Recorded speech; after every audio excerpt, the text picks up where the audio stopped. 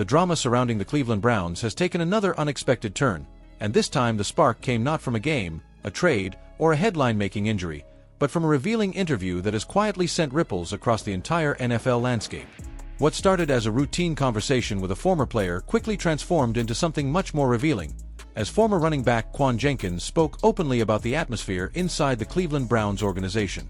At first glance, his comments seemed harmless, almost routine in the way players often praise new leadership after a coaching change. But the more closely people listened, the clearer it became that Jenkins wasn't simply complimenting the new regime.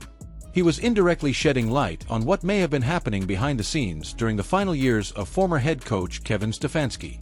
The focal point of Jenkins' remarks revolved around the Browns' new leader, Todd Monkan, a coach now tasked with reshaping the identity of one of the league's most unpredictable franchises. Jenkins described Monkan with a phrase that carries enormous weight inside professional locker rooms: a player's coach. To casual fans, that phrase might sound like a simple compliment, the kind athletes often give in interviews when discussing a new authority figure. But within the culture of the NFL, those words carry deeper meaning. When players label someone a player's coach, they are describing someone who earns trust quickly, someone who communicates openly, someone who bridges the gap between strategy and human connection. It is the kind of leadership style that can transform a locker room from a group of talented individuals into a unified team fighting for the same purpose. According to Jenkins, the difference in atmosphere inside the Browns facility became noticeable almost immediately after Monkan arrived. Rather than maintaining distance from the roster, the new head coach reportedly made communication a priority from the very beginning. He spoke directly with players about his vision for the team, laying out expectations, goals, and the path he believes the organization must follow moving forward. In professional football, where elite athletes constantly demand clarity about their roles and responsibilities, that level of openness can have a powerful effect. NFL locker rooms are environments filled with strong personalities, intense competitors, and players who dedicate their lives to preparation. They want to know that their coach understands them, respects their effort, and values their input. When that connection exists, something important begins to happen. Confidence spreads through the roster, leadership emerges naturally among veteran players, and the team starts functioning as a single unit rather than a collection of individuals chasing personal success. But Jenkins' comments also carried an unspoken contrast. Praising Monkan so enthusiastically inevitably raised questions about the leadership style of the coach who came before him. During his tenure in Cleveland, Kevin Stefanski experienced moments of success.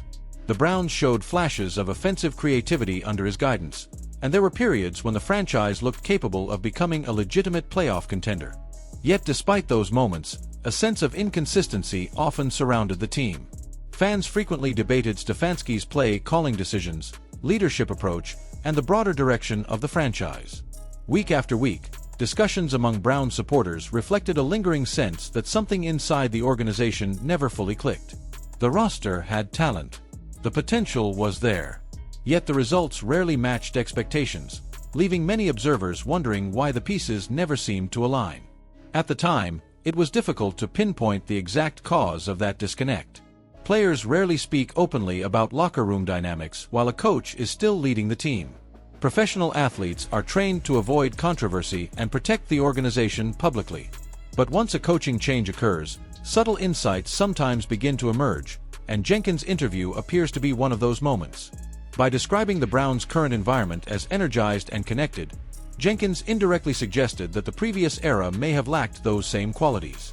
He did not criticize Stefanski directly, but the contrast between the two leadership styles became increasingly difficult to ignore. Under Monkan, players are reportedly hearing a clear vision. They are receiving direct communication about the direction of the team. And perhaps most importantly, they feel included in the process of building something new. Leadership in the NFL is often the invisible force behind success or failure. Every roster in the league is filled with elite athletes who dominated at the college level and arrived in professional football with extraordinary talent. What separates championship teams from struggling ones is rarely just physical ability. More often, it is the presence of trust inside the locker room. When players believe in their coach, they push themselves further during difficult moments. They play through injuries, sacrifice individual statistics for team success, and fight harder in the fourth quarter of close games. Belief creates resilience, and resilience often determines which teams survive the long grind of an NFL season. Without that belief, even talented rosters can unravel. Players may still practice and execute game plans, but the extra intensity that separates winners from losers begins to fade. Small frustrations grow larger. Mistakes lead to finger-pointing instead of accountability.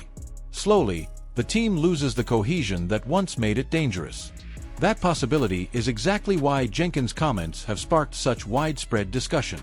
If the Browns truly lacked that level of connection during Stefanski's later years, it could explain why the team struggled to maintain consistency despite having promising talent across the roster. A franchise searching for identity often reflects deeper leadership challenges, and Cleveland may have been experiencing exactly that. Now, however, the organization appears determined to reset its culture completely. Monkan's arrival represents more than just a change in offensive philosophy or play design. It represents a shift in how the franchise approaches leadership. From the earliest days of his tenure, Monkan has reportedly emphasized relationships with players, open dialogue, and a shared vision for the future of the team. According to Jenkins, the response from the locker room has been overwhelmingly positive.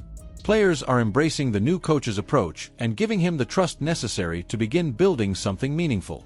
That trust, however, is fragile. In the NFL, respect must be earned continuously. Early optimism can fade quickly if results do not follow, and Monkan will ultimately be judged by the team's performance once the season begins. Still, starting from a place of genuine support gives him an enormous advantage. When players enter a season believing in their coach, they approach every practice and meeting with a different level of commitment. Veterans help younger teammates understand the culture being built, and the entire organization begins moving in the same direction. Meanwhile, Stefanski's story is far from over. After leaving Cleveland, he found a new opportunity with the Atlanta Falcons, where he now faces the challenge of proving that the struggles in Cleveland were not simply the result of his leadership style. Coaches often evolve after difficult experiences, learning from past mistakes and adapting their approach to better connect with players. The version of Stefanski that arrives in Atlanta could be very different from the one who departed Ohio. Yet Jenkins' comments have ensured that the spotlight will remain firmly fixed on both franchises moving forward.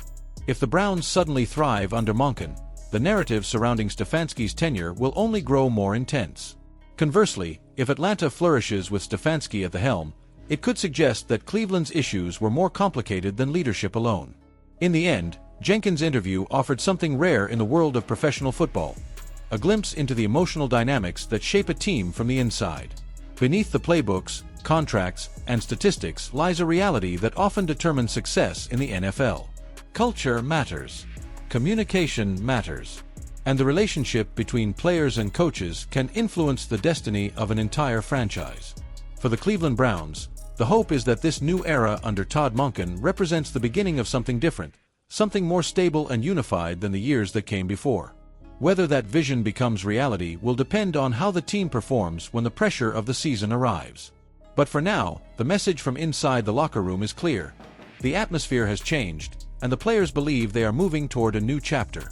Now the question shifts to the fans and the rest of the football world. Do you believe the Browns have finally found the right leader in Todd Monkan, or do you think Kevin Stefanski will prove his critics wrong in Atlanta? Could this cultural shift truly transform Cleveland